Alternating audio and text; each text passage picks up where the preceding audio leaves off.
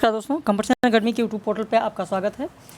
आइए आज हम लोग बात करते हैं शिक्षण अभिवृत्ति भाग 2। इससे पहले कल के लेक्चर में आपने देखा शिक्षण अभिवृत्ति भाग 1 की बात हम लोगों ने की थी। आज हम लोग बात करेंगे शिक्षण अभिवृत्ति भाग 2। कल का जो टॉपिक था वो भी क्लियर था और कल ही मैंने आप लोगों को बता दिया था आज के लिए कि आज 2 तारीख को हम लोग बात करेंगे शिक्षण अभिवृत्ति भाग 2 पर। तो इसमें जो शिक्षण की विधियाँ रह गई थी उन शिक्षण की विधियों की बात करेंगे, साथ ही साथ शिक्षण का क्या उद्देश्य होना चाहिए उसकी बात यहाँ पर करेंगे। कुछ प्रमुख विधियों के जो प्रतिपादक हैं उनकी बात करेंगे, कौन कौन सी अवधारणाएं हैं उन अवधारणाओं की भी बात करेंगे। जैसे अभी कल हम लोगों ने वर्धा शिक्षण प्रणाली की बात की थी, बेसिक शिक्षा प्रणाली की बात की थी जो महात्मा गांधी का है, और उसकी क्या क्या उसके उद्देश्य हैं उनकी भी बात हम लोगों ने की थी। तो चलिए आज शुरू करते हैं हम लोग शिक्षण अभिवृत्ति भाग 2। शिक्षण अभिवृत्ति में सबसे पहले शिक्षण विधियों की बात करेंगे। 3 प्रमुख शिक्षण विधियां हैं। कल मैंने आपको बता दिया था कि इन शिक्षण विधियों की बात आज के वीडियो के लिए मैंने बताया था, और कल लाइव क्लास नहीं हुई थी, सुन लीजिए आप लोग गौर से, और हो सकता है कि आज भी लाइव क्लास ना हो पाए।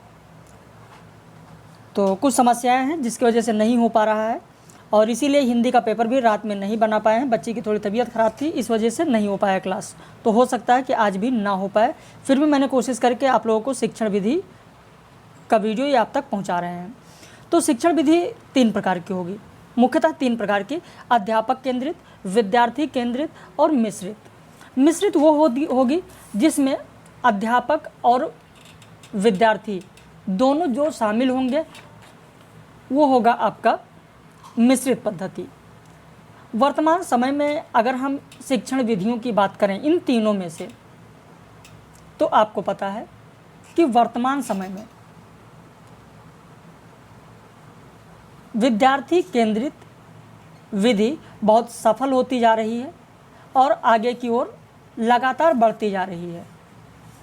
सबसे पहले शिक्षक बनने के लिए आपको विषय का ज्ञान बहुत ही आवश्यक है। अगर विषय का ज्ञान नहीं है तो फिर आप अच्छे शिक्षक नहीं बन सकते हैं। इसी के साथ साथ बड़ी कौशल शिक्षक की ये होनी चाहिए कि उसने जो बात कही है वो छात्र के समझ में आनी चाहिए। जैसे मैं यहाँ पे आपसे बात कर रहा हूँ तो यहाँ पर कौशल विधि अच्छी तभी मानी जाएगी जो चीज़ें हम आपसे कह रहे हैं, जो बात आपसे कह रहे हैं वो आपके समझ में आनी चाहिए। प्रत्येक शिक्षक को, कोई भी शिक्षक हो, प्रत्येक शिक्षक को विश्लेषणात्मक और संश्लेषणात्मक यानी एनालिटिकल और सिंथेटिक विधि का प्रयोग करना चाहिए। तो जैसा कि मैंने आपको पहले ही बताया कि जो वर्तमान शिक्षा पद्धति है वो शिक्षार्थी केंद्रित होती जा रही है, जबकि पहले अध्यापक केंद्रित भी होती थी, विद्यार्थी केंद्रित भी होती थी, मिश्रित केंद्रित भी पद्धति भी होती थी। ऐसा नहीं है कि ये सारी समाप्त हो रही हैं, बल्कि अध्यापक केंद्रित अभी भी हैं, विद्यार्थी केंद्रित अभी भी चल ही रही है वर्तमान में, और मिश्रित भी है। लेकिन वर्तमान शिक्षा पद्धति में जिस ओर हम लोग अग्रसर होते जा रहे हैं वो शिक्षा पद्धति शिक्षार्थी केंद्रित होती जा रही है। और जब कोई शिक्षार्थी आत्मनिर्देशित होता जाता है, यानी सेल्फ डायरेक्टेड, उसे किस दिशा में जाना है, उसको कौन से विषय का चुनाव करना है, कहाँ पर पढ़ना है, कैसी शिक्षा उसको चाहिए, यानी आत्मनिर्देशित होता जाता है, तो उसके लिए एक शब्द प्रयुक्त होता है और आप सभी लोग जानते होंगे, एंड्रोगॉगिकल।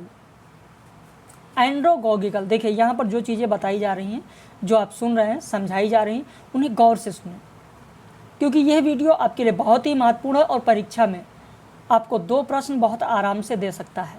सिर्फ एक वीडियो परीक्षा में 2 प्रश्न आपको दे सकता है, और सोच सकते हैं आप कि अगर किसी परीक्षा में आप 2 प्रश्न सही कर लेते हैं तो कम से कम 1 लाख विद्यार्थी से आप आगे जा सकते हैं, और 2 गलत होने पर 1 लाख विद्यार्थी से पीछे भी आ सकते हैं। तो वीडियो को अंत तक सुने और गौर से सुने। समय ना हो तो वीडियो को रोक दें, बाद में सुने, लेकिन जब समय हो तभी सुने। ये आपके फ़ायदे की बात मैं कर रहा हूँ यहाँ पर। तो जब शिक्षार्थी आत्मनिर्देशित होता है तो उसके लिए एक शब्द प्रयुक्त होता है, एंड्रोगॉगिकल। शिक्षा में आप देखें तो शिक्षक क्या है? शिक्षक एक स्वतंत्र चर है और जो छात्र होता है वो छात्र कैसा है? तो छात्र आश्रित चर होता है। किस पर आश्रित होता है? शिक्षक पर आश्रित होता है, पठन सामग्री पर आश्रित होता है। तो इसी क्रम को आगे बढ़ाते हुए हम लोग एक एक की बात करेंगे।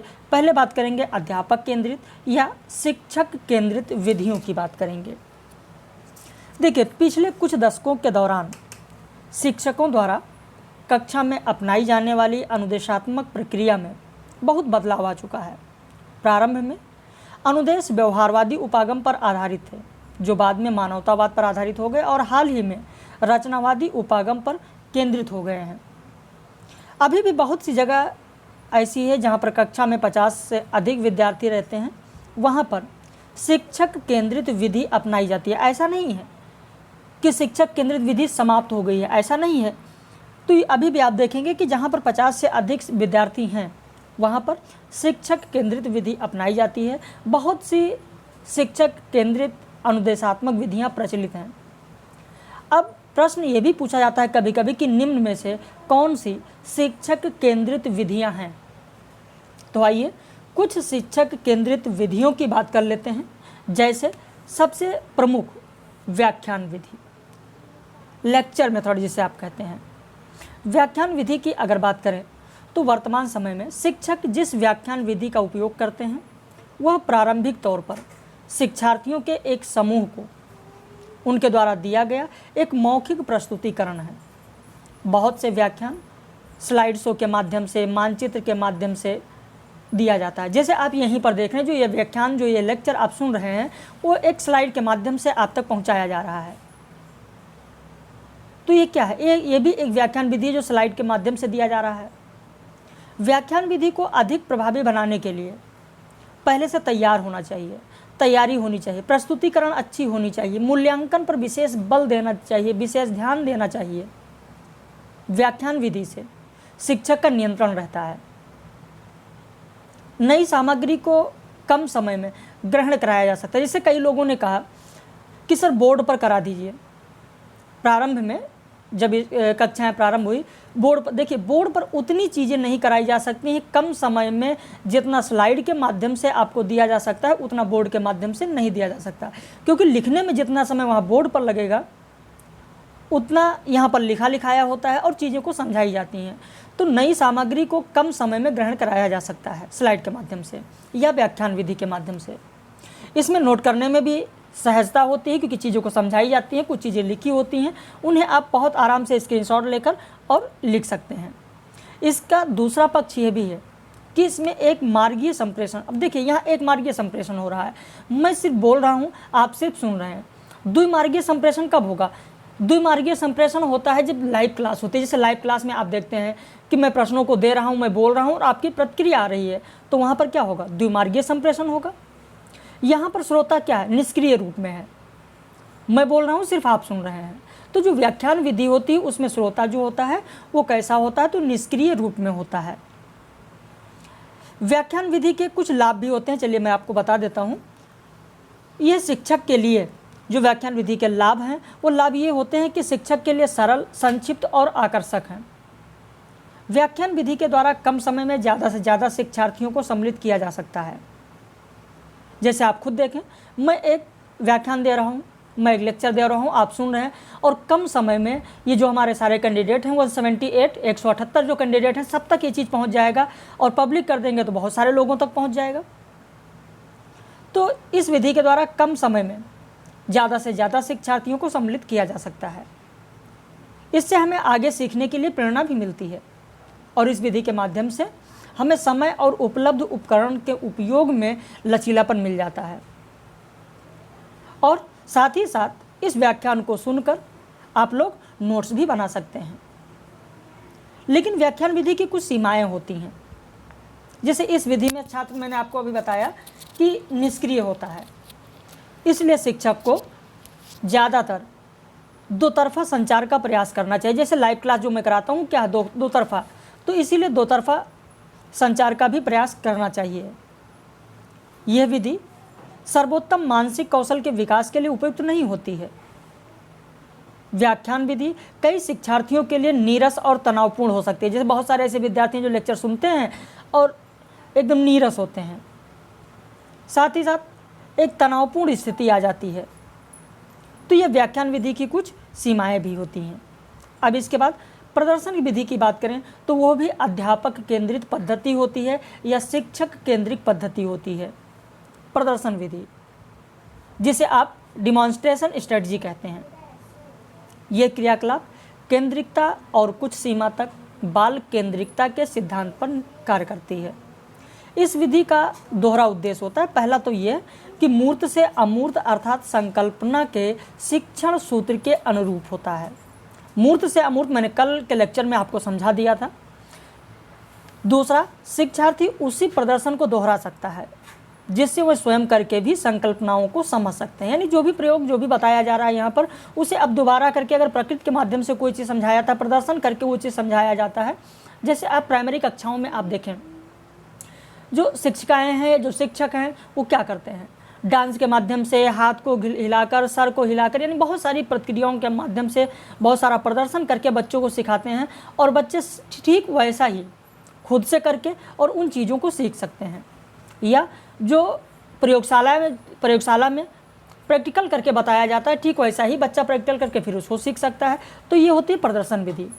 प्रदर्शन विधि का उद्देश्य छात्रों को अधिक स्पष्ट ज्ञान की प्राप्ति हो सके, ये इसका उद्देश्य होता है। छात्रों में वैज्ञानिक चिंतन की आदत को आत्मसात कराती है यह विधि।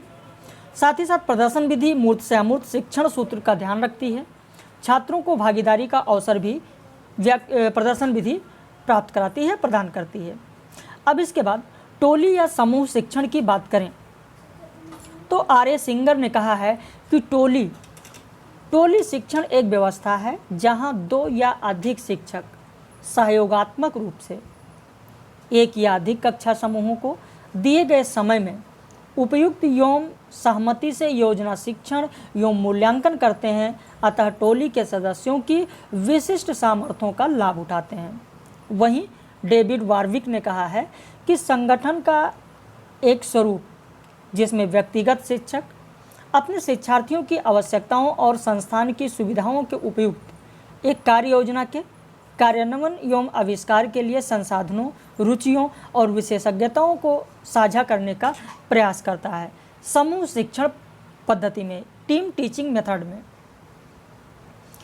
टोली शिक्षण की कुछ विशेषताएं होती हैं। टोली शिक्षण की विशेषताएं होती हैं शिक्षकों का समूह, संयुक्त उत्तरदायित्व, सहयोगात्मक उत्तरदायित्व, आवश्यकता केंद्रित, शिक्षकों को स्वायत्तता, शिक्षण में लचीलापन, संसाधनों को साझा करना। ये सब टोली शिक्षण की या समूह शिक्षण पद्धति की विशेषताएं होती हैं। साथ ही साथ इसके जो लाभ होते हैं, जो हानि होती है, उसकी बात कर लेते हैं कि समूह शिक्षण पद्धति के क्या लाभ होते हैं।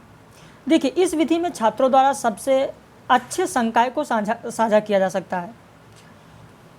इसमें कई शिक्षण तकनीकों और उपकरणों का अनुकूलतम उपयोग किया जाता है और इसके द्वारा शिक्षण की गुणवत्ता में भी सुधार किया जाता है, जिससे बेहतर नियोजन होता है, शिक्षण में सुधार होता है, विशेषज्ञता का लाभ होता है, बेहतर अंतःक्रिया होती है और लचीलापन भी आता है।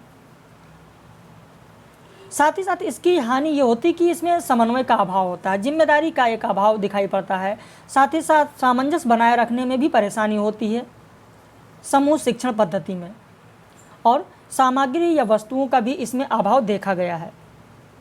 समूह शिक्षण पद्धति की कुछ सीमाएं होती हैं। इस विधि द्वारा विशेष दक्षतापूर्ण शिक्षकों को ढूंढना एक कठिन कार्य होता है। इसमें शिक्षण के लिए अधिक शिक्षकों की आवश्यकता भी होती है। साथ ही साथ इस विधि में सभी विषयों को पढ़ाने के लिए यह विधि उपयोगी नहीं है। जो टीम टीचिंग मेथड होती है, ये सभी विषय को पढ़ाने के लिए उपयोगी नहीं होती है। टीम टीचिंग मेथड में समय निर्धारण और योजना बनाने के लिए ज़्यादा समय की आवश्यकता होती है। टेलीविज़न या वीडियो प्रस्तुतिकरण की बात करें तो इसके द्वारा कई महत्वपूर्ण व्यक्तियों और विशेषज्ञों को कक्षा में प्रस्तुत किया जा सकता है। यह विधि बच्चों के लिए नहीं बल्कि वयस्कों के लिए उपयोगी है। साथ ही साथ वीडियो प्रस्तुति दूरदराज के शिक्षार्थियों के लिए बहुत ही महत्वपूर्ण है। इसमें द्विमार्गीय की संभावना कम होती है। वीडियो प्रदर्शन के माध्यम से कई महत्वपूर्ण व्यक्तियों और विशेषज्ञों को कक्षा में, जैसा कि मैंने बताया, कि प्रस्तुत किया जा सकता है। इसमें भी स्लाइड का प्रयोग किया जाता है, मॉडल का प्रयोग किया जाता है, नमूने का भी प्रयोग किया जाता है। ये विधि भूगोल है, खगोल विज्ञान है, इन सब विषयों के लिए विशेष रूप से उपयोगी है। लेकिन इस विधि में जटिल प्रसारण अवधि को समायोजित करने में बहुत ही कठिनाई होती है। प्रश्नोत्तर शिक्षण विधि की बात करें, कल मैंने बताया था सुकराती विधि, किसी ने कमेंट करके बताया भी था कि सर प्रश्नोत्तर शिक्षण विधि सुकराती विधि है या कोई और, शायद किसी ने पूछा, तो मैंने बताया भी था सुकराती विधि, और कल के लेक्चर में भी मैंने शामिल किया था। देखिए, सुकराती विधि आप याद कर सकते हो, जो रात में लाइव क्लास होती है 9:30 बजे, वो प्रश्नोत्तरी होती है। प्रश्नोत्तरी क्या है? वही क्या है? वही तो सुकराती विधि है। प्रश्नोत्तर शिक्षण विधि, सुकराती विधि, यह एक मनोवैज्ञानिक सिद्धांत पर आधारित विधि है। इस विधि में समस्त जो छात्र होते हैं वो सक्रिय हो जाते हैं। आंसर देना है, क्या आंसर होगा, कैसे होगा, तो इस तरीके से आप सक्रिय हो जाते हैं। और यह छात्रों के ज्ञान के मूल्यांकन की सबसे ही महत्वपूर्ण विधि है, सुकराती विधि। इस विधि के 3 सोपान होते हैं, वो मैंने कल आपको बताया था। प्रश्न निर्माण, प्रस्तुतिकरण और नवीन ज्ञान देना, ये 3 इसके मुख्य सोपान हैं सुकराती विधि के, जिसके बारे में कल हम लोगों ने चर्चा की थी। अब इसके बाद मिश्रित विधि की बात कर लेते हैं, जिसमें विद्यार्थी केंद्रित पद्धति और शिक्षक केंद्रित पद्धति का मिश्रण होता है, उसे कहा जाता है मिश्रित विधि। इसके तहत विद्यार्थियों की समस्या के निराकरण को ध्यान में रखकर विधियां बनाई जाती हैं, जिसमें आप देखेंगे कि पैनल चर्चा, समूह चर्चा, पैनल चर्चा शामिल है, समूह चर्चा शामिल है, विप्लव विधि, परियोजना विधि, ट्यूटोरियल विधि, प्रकरण विधि, भूमिका निर्वाह विधि, संगोष्ठी विधि और प्रदर्शन विधि को शामिल किया जाता है। किसमें? मिश्रित विधि के तहत। अब यहाँ पर अगर बात करें पैनल चर्चा की, तो पैनल चर्चा क्या है, थोड़ा सा बात करेंगे, बहुत ज़्यादा डिटेल नहीं चलेंगे। पैनल चर्चा, एक पैनल में 6 से 8 व्यक्तियों का समूह होता है। इसमें शिक्षार्थियों के साथ निर्देशित और अनौपचारिक विचार विमर्श किया जाता है। जैसे मान लिया जाए कि किसी एक विषय वस्तु पर चर्चा करना है, जैसे वर्तमान समय में शिक्षा नीति पर चर्चा, तो शिक्षा नीति के मुद्दे पर चर्चा किया जाना है। इसके लिए जो शिक्षक होते हैं वो पैनल के उन सदस्यों का चयन करते हैं जो प्रभावी ढंग से सोच सकते हों और विषय के विभिन्न पहलुओं पर बात कर सकते हों। साथ ही साथ शिक्षक को स्वयं भी विषय पर चर्चा के लिए तैयार होना चाहिए। यही होता है पैनल चर्चा। पैनल चर्चा से होता यह है कि ये एकल वक्ता मंच से शिक्षार्थियों के लिए अधिक रुचिकर होता है, और यह विधि सामान्यतः सामाजिक रूप से प्रासंगिक मुद्दों के लिए बहुत ही उपयोगी होती है। जैसे कि आप देखते हैं टीवी चैनलों पर कि किसी एक मुद्दे को लेकर और डिबेट कराया जाता है, किसी एक मुद्दे को लेकर उस पर विस्तृत चर्चा कराई जाती है, तो वो क्या है, वो मिश्रित विधि है, एक पैनल चर्चा हो जाती है। ऐसे विप्लव विधि की अगर बात करें तो विप्लव विधि क्या होती है, जिसको आप कहते हैं मस्तिष्क झंझावती, ब्रेन स्टॉर्मिंग मेथड या मस्तिष्क झंझावती। इसे सरल भाषा में विचार मंथन भी कह सकते हैं आप। विप्लव विधि को क्या कह सकते हैं, तो विचार मंथन भी कहा जाता है। ये एक रचनात्मक समूह कार्य है जिसमें समूह के सदस्य किसी भी विषय या समस्या पर अपने विचार को व्यक्त करते हैं, और इसमें छात्रों के समक्ष एक समस्या प्रस्तुत की जाती है जिस पर सभी छात्र मुक्त भाव से विचार करते हैं, और उस वार्तालाप और उसमें उस विषय पर वार्तालाप होता है, वाद विवाद भी होता है। शिक्षक सब बातों को एक श्यामपट्ट पर लिखता जाता है, और यह एक मानचित्रण के रूप में भी हो सकता है। तो यह कह सकते हैं कि यह विधि क्रिएटिविटी को प्रोत्साहित करती है, रचनात्मकता को प्रोत्साहित करती है। जो मस्तिष्क झंझावती विधि है, विप्लव विधि है, ये क्रिएटिविटी को प्रोत्साहित करती है। साथ ही साथ ये शैक्षिक और मनोवैज्ञानिक सिद्धांतों पर आधारित होती है। मानसिक विकास पारस्परिक विचार विमर्श से ही हो सकता है। वहीं परियोजना विधि की बात करें, प्रोजेक्ट मेथड की बात करें, तो इसके प्रस्थापक कौन है, ये भी प्रश्न पूछा जाता है। आप लिख लीजिए। देखिए, मैंने हर वीडियो में कहा, इस वीडियो में भी आपसे कह रहे हैं कि आप नए हैं तो कॉपी पेन लेकर बैठें, क्योंकि जो चीज़ें बताई जाती हैं उन्हें आप लिख लें। परियोजना विधि, परियोजना विधि के प्रस्तावक कौन है, तो जॉन डेवी और जॉन डेवी के शिष्य किलपैट्रिक। लिख लीजिए, परियोजना विधि के संस्थापक या प्रस्थापक जॉन डेवी और उनके शिष्य किलपैट्रिक हैं।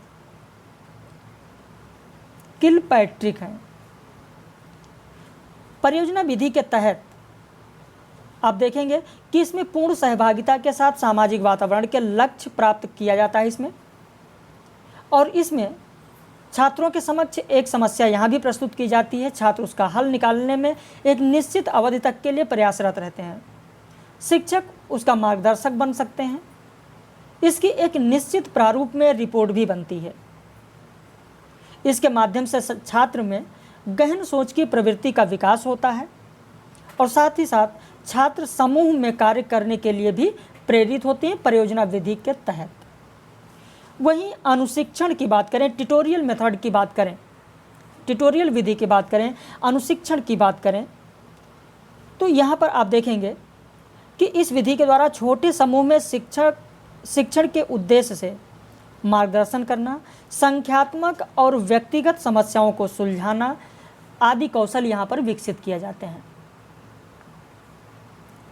वहीं प्रकरण विधि की बात करें, केस स्टडी आप सभी लोग जानते होंगे, जितने भी हमारे साहित्य के विद्यार्थी हैं सभी लोग प्रकरण विधि, जिसको अंग्रेजी में केस स्टडी कहा जाता है, केस स्टडी आप सभी लोग जानते होंगे, तो उसके बारे में बहुत ज़्यादा बताने की ज़रूरत नहीं है। भूमिका निर्वाह की अगर बात करें तो रोल प्लेइंग, अब पात्र अभिनय या अनुकरणीय, ये भी आप इसके बारे में जानते ही होंगे, क्योंकि बहुत ज़्यादा समय यहाँ पर नहीं लेंगे आप लोगों का। तो इस तरीके से इन विधियों के बारे में भी प्रश्न पूछे जाते हैं। अब बात कर लेते हैं शिक्षार्थी केंद्रित पद्धति की। इसके तहत क्रमादेशित निर्देश, जिसे आप असाइनमेंट कहते हैं, सुपुर्द नियत कार्य यानी computer based teaching, interactive video, open learning, अन्वेषण विधि आदि शिक्षार्थी केंद्रित पद्धति है। अब इसी के साथ हम बात करेंगे शिक्षण सामग्री की, कि शिक्षण सामग्री कौन कौन सी हो सकती हैं। देखिए, इस पर भी हमेशा प्रश्न पूछा जाता है और आप सभी लोग जानते भी होंगे। शिक्षण सामग्री में अगर बात करें तकनीकी के आधार पर, तो आप जानते हैं सॉफ्टवेयर और हार्डवेयर, जो कि कंप्यूटर में मैंने आपको पढ़ाया है, कम्युनिकेशन में मैंने आपको पढ़ाया है, वहाँ कंप्यूटर में आपको याद होगा कि हार्डवेयर क्या है, सॉफ्टवेयर क्या है। सॉफ्टवेयर जैसे चित्र हो गया, ग्राफ हो गया, चार्ट है, पुस्तक है, मानचित्र है, ये सब क्या है, सॉफ्टवेयर। और हार्डवेयर में radio, television, record player, projector, ये सब हार्डवेयर में आएंगे। कंप्यूटर में क्या होगा वो भी मैंने आपको बताया है। लेकिन यहाँ पर शिक्षण सामग्रियों के प्रकार में हम श्रव्य साधन, दृश्य साधन और श्रव्य दृश्य साधन या मिश्रित साधन के रूप में हम कह सकते हैं। श्रव्य साधन जिन्हें हम सुन सकते हैं, दृश्य साधन जिन्हें हम देख सकते हैं, और श्रव्य दृश्य जिसे हम देख और सुन दोनों सकते हैं। तो रेडियो है, टेलीफोन है, मोबाइल फ़ोन है, ऑडियो कक्षा है जिसमें केवल आवाज़ सुन सकते हैं, वो श्रव्य साधन होगा। कक्षा में जो व्याख्यान दिया जाता है जिसे आप केवल सुनते हैं, वो भी श्रव्य साधन है। वहीं दृश्य साधन में जो भी मटेरियल आता है, जैसे चार्ट देखकर, फ्लैश कार्ड देखकर, चित्र देखकर, रेखा चित्र देखकर, ग्राफ देखकर, प्रोजेक्टर देखकर, ये सब दृश्य साधन के अंतर्गत आएगा। और जिसे सुन भी सकते हैं, देख भी सकते हैं, शिक्षक श्यामपट पर लिख रहा है और साथ ही साथ बोल भी रहा है, तो उसे आप सुन भी रहे हैं और देख भी रहे हैं। ऐसे टेलीविज़न पर चित्र भी देख रहे हैं, आवाज़ भी आ रही है। समाचार आप सुन भी रहे हैं, साथ में दृश्य भी दिखाया जा रहा है। सिनेमा में साथ ही दृश्य देख रहे हैं, आवाज़ भी है। ऐसे मल्टीमीडिया हो गया, रियल ऑब्जेक्ट हो गए, डिस्प्ले बोर्ड हो गया, तो ये सारी चीज़ें आपका दृश्य श्रव्य साधन के अंतर्गत आती हैं। तो साधन कौन कौन से हैं, इनकी बात हम लोगों ने कर ली, इनसे भी प्रश्न पूछा जाता है। अब शिक्षा के क्षेत्र में महत्वपूर्ण जो अवधारणाएं हैं, अभी मैंने कहा कि अवधारणाएं भी आपको ध्यान रखना है, और इन अवधारणाओं से संबंधित भी प्रश्न पूछे जाते हैं। जैसे प्रकृति से सीखने की अवधारणा रविन्द्रनाथ टैगोर ने दिया, समाकल कक्षा की अवधारणा श्री अरविंदो ने दिया, मानव मस्तिष्क प्रपांतरण के लिए शिक्षा जे कृष्णमूर्ति ने दिया, अनुभवात्मक अधिगम जॉन डेवी ने दिया, भारतीय दर्शन शास्त्र पर आधारित डॉक्टर सर्वपल्ली राधाकृष्णन ने दिया, व्यक्तित्व के विकास के माध्यम से आत्मशिक्षण का सिद्धांत मारिया मोंटेसरी ने दिया, प्रकृति ही एकमात्र शिक्षक है, रूसो ने कहा। यह रूसो की अवधारणा है। तो ये अवधारणाएं भी आपके लिए महत्वपूर्ण है। इनसे भी मिलाने वाले जो प्रश्न आते हैं उन्हें भी आप अगर इसको लिख लेते हैं, स्क्रीनशॉट ले लेते हैं, तो आपके लिए बहुत अच्छा हो सकता है। साथ ही साथ आप यहाँ ये भी जान सकते हैं, बाल विहार, आत्म गतिविधि, सृजनात्मक और सामाजिक सहयोग पर ध्यान केंद्रित करने का जो सिद्धांत है वो फ्रोवेल ने दिया है, तो उसे भी आप जान सकते हैं। अब बात करते हैं शिक्षा के उद्देश्य की। यहाँ शिक्षा के उद्देश्य की जब बात करते हैं तो शिक्षण और निर्देशात्मक उद्देश्यों का वर्गीकरण किसने किया है, ये भी प्रश्न आपके लिए बहुत ही महत्वपूर्ण हो सकता है। तो ब्लूम ने किया है। ब्लूम के अनुसार शिक्षक एवं निर्देशात्मक उद्देश्य 3 प्रकार के होते हैं: ज्ञानात्मक ज्ञान क्षेत्र, भावात्मक ज्ञान क्षेत्र और मनोसंचालित ज्ञान क्षेत्र। अब यहाँ पर थोड़ी सी चर्चा करेंगे।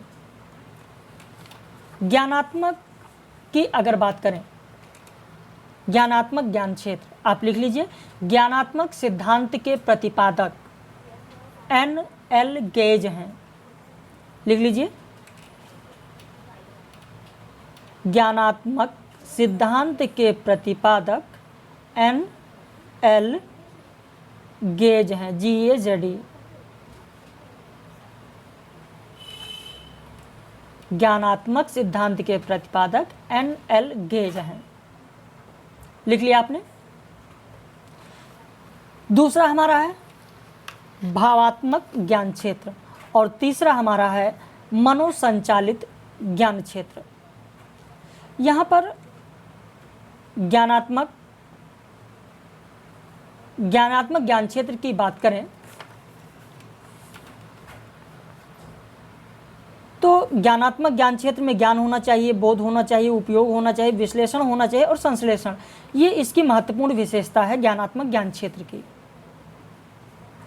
साथ ही भावात्मक ज्ञान क्षेत्र की बात करें तो भावात्मक ज्ञान क्षेत्र में आग्रहण, प्रतिक्रिया, आकलन, संयोजित करना और निरूपण इसका मुख्य उद्देश्य है।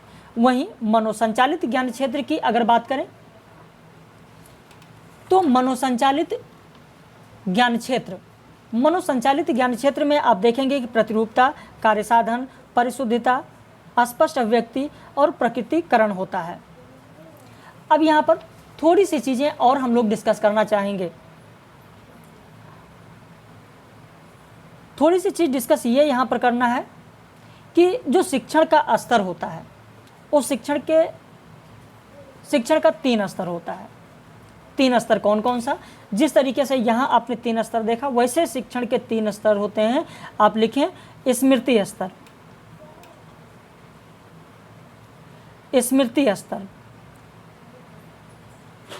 स्मृति स्तर के बाद आता है बोध स्तर। ये क्रमागत मैं आपको बता रहा हूँ, ध्यान देना, क्रमागत भी कभी कभी पूछ लिया जाता है। शिक्षण स्तर 3 प्रकार का होगा। पहला स्मृति स्तर, दूसरा बोध स्तर और तीसरा चिंतनशील स्तर।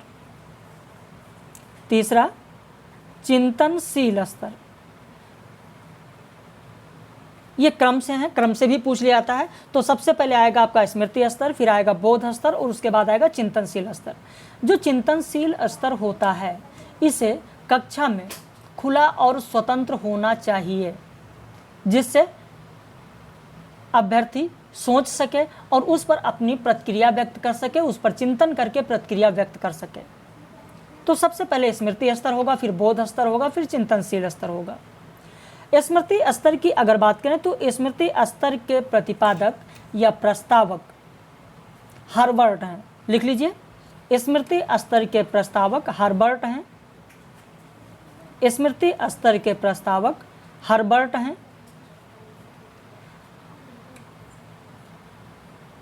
वहीं ग्रहण शक्ति स्तर या बोध स्तर, ग्रहण शक्ति स्तर या बोध स्तर के प्रस्तावक मॉरिसन हैं। ग्रहण शक्ति स्तर या बोध शक्ति स्तर मॉरिसन। और चिंतनशील स्तर या विचारशील स्तर के प्रस्तावक हंट हैं, HUNT, हंट। चिंतनशील स्तर या विचारशील स्तर के प्रस्तावक हंट हैं। लिख लिया आपने? चलिए अब आइए बात कर लेते हैं यहाँ पर कुछ और महत्वपूर्ण चीज़ों की। उससे पहले एक चीज़ आपसे और बात करना चाहेंगे, विशेषज्ञता किसे कहेंगे? कब कहेंगे कि आप एक अच्छे विशेषज्ञ हैं? विशेषज्ञता तब स्पष्ट होती है जब किसी व्यक्ति को अवधारणाओं का ज्ञान हो। मैंने पहले कहा था, फिर कह रहा हूँ, ध्यान देना आप लोग। जो भी चीज़ें बताई जा रही हैं अलग से उन्हें गौर से सुनें, क्योंकि उनसे प्रश्न बनने की संभावना भी रहती है। कई बार बहुत सारी चीज़ें सुनकर भी आप प्रश्न को हल कर लेते हैं। तो यहाँ भी ठीक वैसा ही है कि अगर आपने अच्छे से सुन लिया तो ज़रूर आप परीक्षा में प्रश्न हल कर लेंगे। और अगर आपने गौर से नहीं सुना, फिर बाद में वीडियो देखकर कहेंगे कि काश मैं ये वीडियो देख लेता।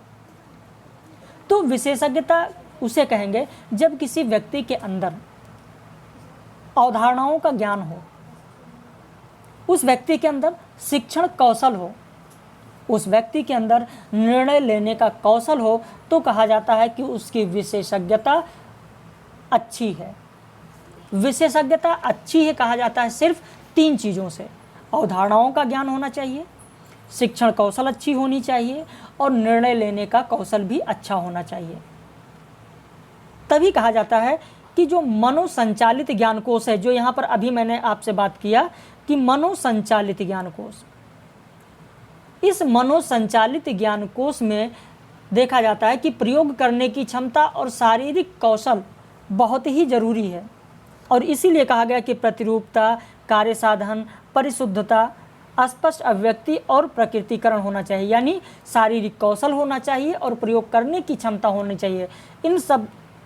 इन 5 को अगर हम लोग संक्षिप्त रूप में कहें तो मनोसंचालित ज्ञान क्षेत्र के अंतर्गत प्रयोग करने की क्षमता और शारीरिक कौशल होना चाहिए। ठीक उसी तरीके से विशेषज्ञता के लिए अवधारणाओं का ज्ञान होना चाहिए, शिक्षण कौशल अच्छी होनी चाहिए, निर्णय लेने का भी कौशल अच्छा होना चाहिए। तभी तो स्वामी विवेकानंद जी ने कहा है, क्या कहा है? कथन पर ध्यान दीजिए कि शिक्षा मानव निर्माण है। शिक्षा मानव निर्माण है जो चरित्र निर्माण करती है, मन की शक्ति बढ़ाती है, ज्ञान का विस्तार करती है, और जिसके द्वारा आदमी अपने पैरों पर खड़ा हो सकता है। और इसीलिए स्वामी विवेकानंद ने योग को शिक्षा का एक माध्यम बताया है। यह भी प्रश्न पूछा जाता है कि योग को शिक्षा का माध्यम किसने बताया? तो अब ना कह देना बाबा रामदेव, स्वामी विवेकानंद। स्वामी विवेकानंद जी ने योग को शिक्षा का एक माध्यम बताया। वहीं बौद्ध धर्म वालों ने कहा कि कर्म का सिद्धांत होना चाहिए, शिक्षा के लिए कर्म का सिद्धांत होना चाहिए, बौद्ध धर्म ने बताया। साथ ही साथ रविन्द्रनाथ टैगोर की बात करें तो टैगोर जी ने कहा कि उन्होंने भी कहा कि कर्म का सिद्धांत होना चाहिए, कहीं पर उन्होंने कहा धर्म का सिद्धांत होना चाहिए। तो अलग अलग तरीके से बताया गया है, लेकिन स्वामी विवेकानंद जी ने कहा कि योग शिक्षा का माध्यम होना चाहिए। चलिए कुछ महत्वपूर्ण बिंदुओं पर हम लोग चर्चा और कर लेते हैं, ये भी आपके लिए परीक्षा में बहुत ही काम आएगा। कक्षा शिक्षण का आधारभूत प्रतिमान क्या होता है? प्रश्न पूछा जाता है। तो कक्षा शिक्षण का आधारभूत प्रतिमान होता है अधिगम और निर्देशात्मक प्रतिमान। अधिगम और निर्देशात्मक प्रतिमान। अभी निर्देशात्मक के लिए मैंने आपको बताया है, आपको पता भी होगा कि जब शिक्षार्थी आत्मनिर्देशित होता है, सेल्फ डायरेक्टेड होता है, तो उसके लिए एक शब्द प्रयुक्त होता है एंड्रोगॉगिकल। ठीक उसी तरीके से यहाँ कहा गया कि कक्षा शिक्षण का आधारभूत प्रतिमान होगा अधिगम और निर्देशात्मक प्रतिमान। शिक्षा का स्तर में स्मृति स्तर के प्रस्तावक कौन है? अभी मैंने आपको बताया कि स्मृति स्तर के प्रस्तावक हर्बर्ट हैं, ग्रहण शक्ति के प्रस्तावक मॉरिसन हैं, विचारशील स्तर के प्रस्तावक हंट हैं। अभी मैंने आपको बताया भी और मैंने आपको लिखवाया भी है। स्व अध्ययन का सिद्धांत डाल्टन ने दिया, वहीं भावना का प्रशिक्षण सिद्धांत मॉन्टेसरी और फ्रोबेल ने दिया। तो यहाँ से भी प्रश्न मिलाने के लिए आता है, तो इसे आप जरूर से ध्यान रखें या स्क्रीनशॉट लेकर लिख लें। एक बार फिर आपको बता देते हैं कि स्मृति स्तर के प्रस्तावक हर्बर्ट, ग्रहण शक्ति के प्रस्तावक मॉरिसन, विचारशील स्तर के प्रस्तावक हंट, स्व अध्ययन का सिद्धांत डाल्टन ने दिया, वहीं भावना का प्रशिक्षण सिद्धांत मॉन्टेसरी और फ्रोबेल ने दिया। छात्रों के व्यवहार में वांछनीय परिवर्तन ही शिक्षण का सबसे अधिक अपेक्षित उद्देश्य होता है। कक्षा शिक्षण का सबसे महत्वपूर्ण उद्देश्य होता है जिज्ञासु मन को विकसित करना। जो कक्षा शिक्षण होता है, कक्षा शिक्षण का सबसे महत्वपूर्ण उद्देश्य होता है जिज्ञासु मन को विकसित करना। श्री अरविंदो ने मिरम्बका स्कूल विचारधारा के प्रतिपादक हैं श्री अरविंदो, और साथ ही साथ श्री अरविंदो एकीकृत शिक्षा की अवधारणा के प्रस्तावक भी हैं। ये भी आपके लिए बहुत ही महत्वपूर्ण है। राष्ट्रीय शैक्षिक अनुसंधान और प्रशिक्षण परिषद की स्थापना जब 1961 में हुई, तब उसी वर्ष स्टैनफोर्ड विश्वविद्यालय ने सूक्ष्म शिक्षण की अवधारणा का भी प्रतिपादन किया। जॉन डेवी ने क्रियामूलक ज्ञान पर सबसे अधिक बल दिया है। लिख लीजिए, क्रियामूलक ज्ञान पर किसने सबसे अधिक बल दिया है? तो जॉन डेवी ने। या जॉन डेवी ने किस पर सबसे अधिक बल दिया? तो क्रियामूलक ज्ञान पर सबसे अधिक बल दिया है। वहीं आर्मस्ट्रॉन्ग अनुमानी विधि या शोध विधि के मुख्य प्रतिपादक के रूप में जाने जाते हैं। प्रत्यक्ष अनुदेश ड्रिल एवं प्रैक्टिस विधि की सबसे प्रचलित रूप मानी जाती है।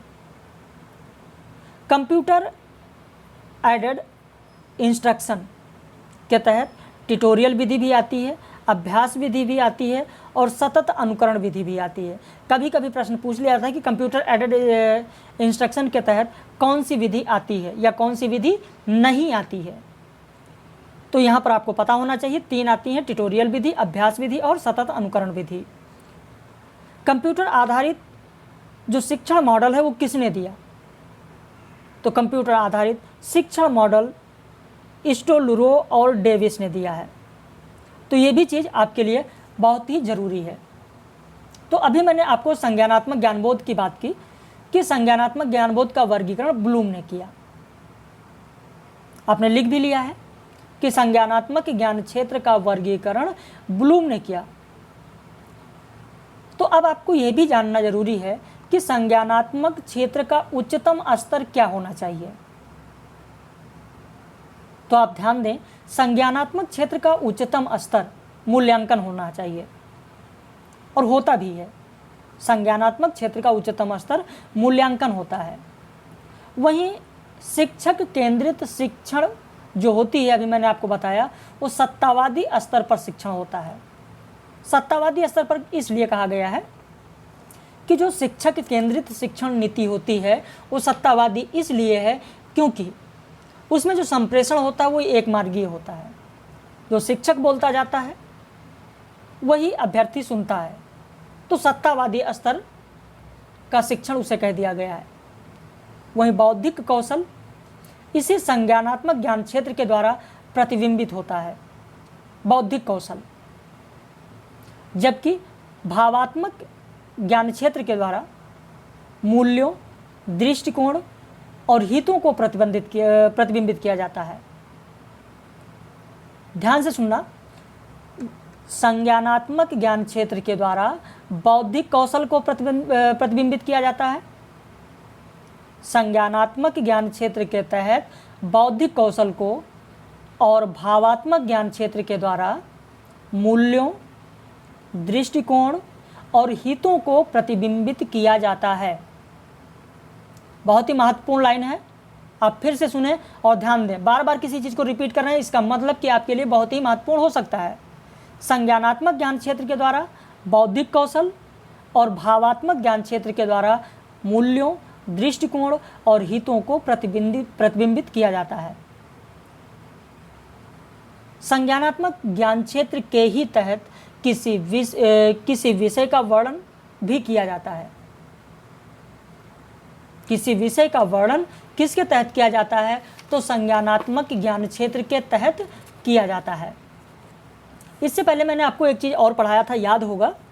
आगे बढ़ने से पहले थोड़ी सी चीज़ें हम लोग सीख लेते हैं, तब आगे बढ़ते हैं।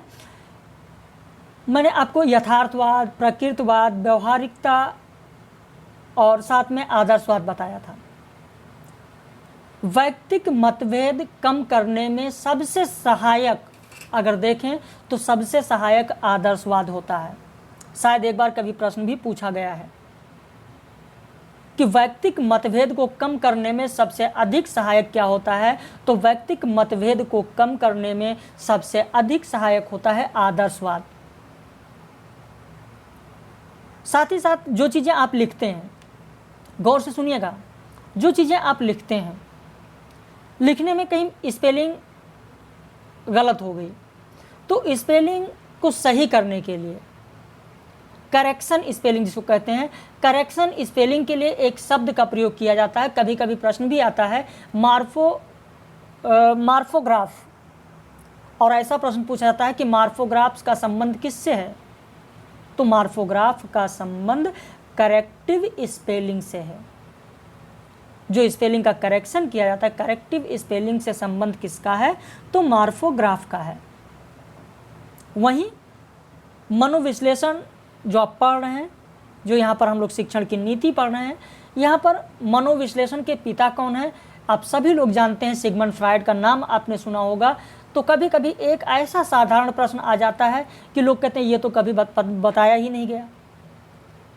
खैर, टीटी की परीक्षाओं में अक्सर पूछा जाता है, लोग करते भी हैं, पढ़ते भी अच्छे से। यहाँ भी आपको ध्यान रखना चाहिए कि मनोविश्लेषण के पिता सिगमंड फ्रायड हैं। साथ ही साथ श्रृंखला अधिगम, चैन लर्निंग जिसको कहा जाता है, श्रृंखला अधिगम के प्रतिपादक गैगने हैं। लिख लीजिए, श्रृंखला अधिगम, लिखें, श्रृंखला अधिगम, चैन लर्निंग, चैन लर्निंग के प्रतिपादक कौन है? तो गैगने।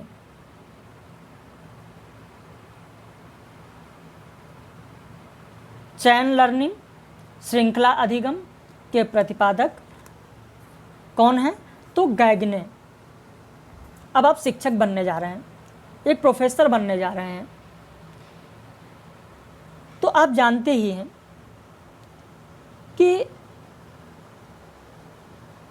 अगर ऐसे बात करें, थोड़ा शिक्षक के ऊपर बात कर लेते हैं कि किसी कक्षा में कोई छात्र है, सही उत्तर नहीं देता है, तो शिक्षक की उस पर क्या प्रतिक्रिया होनी चाहिए?